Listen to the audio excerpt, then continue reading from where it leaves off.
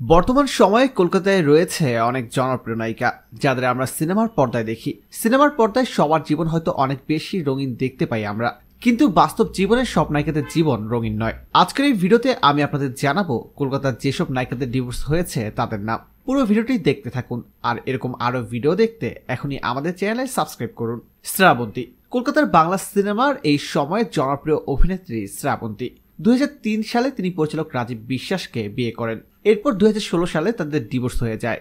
এরপর 2016 সালে তিনি প্রেমিক কিষানকে বিয়ে করেন। শোনা যায় বিয়ের মাত্র 3 মাস পরই দ্বিতীয় স্বামী কিষানের সঙ্গে ডিভোর্স হয় শ্রাবন্তীর। দেবশ্রী রায় কলকাতার এক সময়ের জনপ্রিয় অভিনেত্রী তিনি।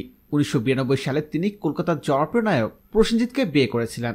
1995 সালে ভেঙে যায় তাদের সম্পর্ক। স্বস্তিকা মুখার্জি টলিউড ইন্ডাস্ট্রির এই সময়ের আলোচিত এবং সমালোচিত অভিনেত্রী স্বস্তিকা মুখার্জি। 1998 সালে তিনি প্রমিত সেনকে বিয়ে করেন। 2007 সালে ডিভোর্স হয়ে যায় তাদের। বর্তমানে কলকাতার সিনেমা ইন্ডাস্ট্রির একজন জনপ্রিয় অভিনেত্রী প্রিয়াঙ্কা সরকার। 2010 সালে তিনি অভিনেতা রাহুল ব্যানার্জিকে বিয়ে করেন।